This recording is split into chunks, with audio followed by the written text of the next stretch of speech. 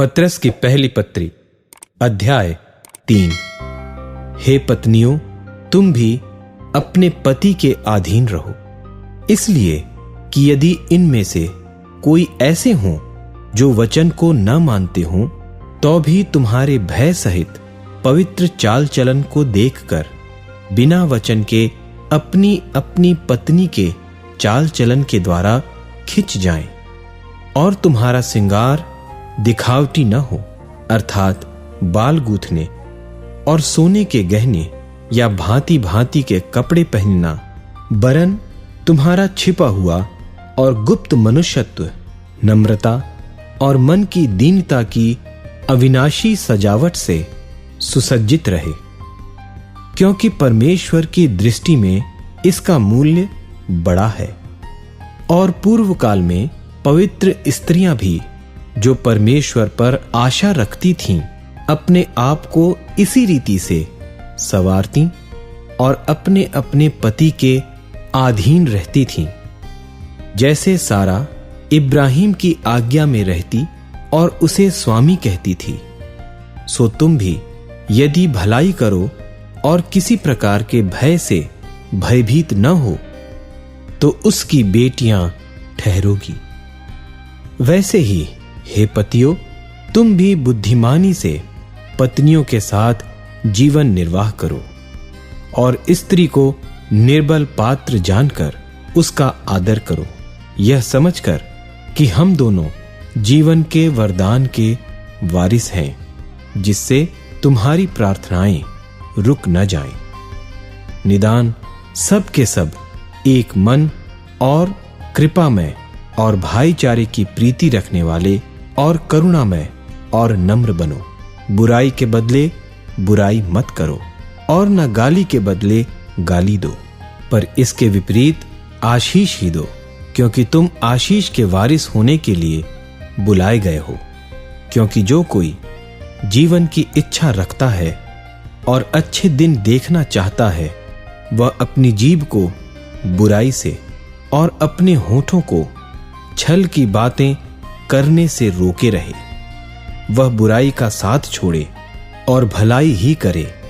वह मेल मिलाप को ढूंढे और उसके यत्न में रहे, क्योंकि प्रभु की आंखें धर्मियों पर लगी रहती हैं और उसके कान उनकी विनती की ओर लगे रहते हैं।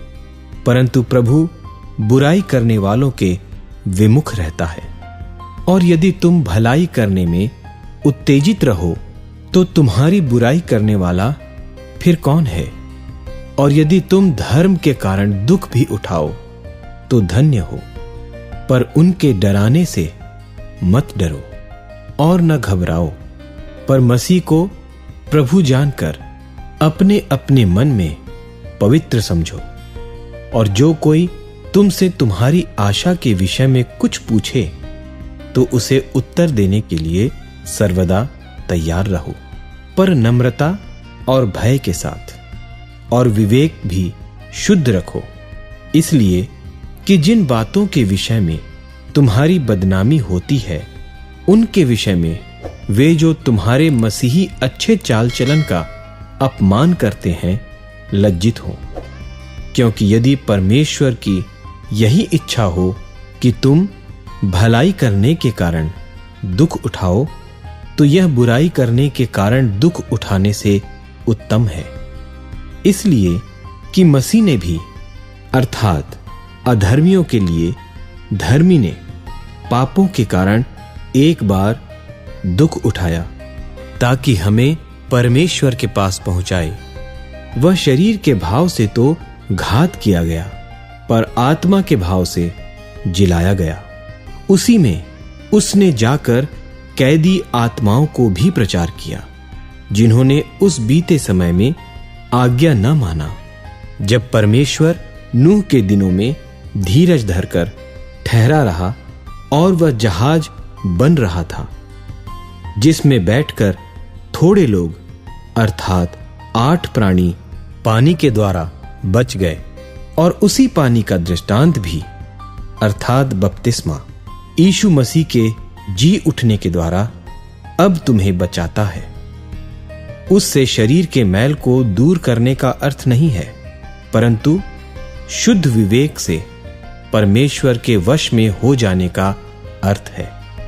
वह स्वर्ग पर जाकर परमेश्वर के दाहिनी ओर बैठ गया और स्वर्गदूत और अधिकारी और सामर्थी उसके अधीन किए गए हैं।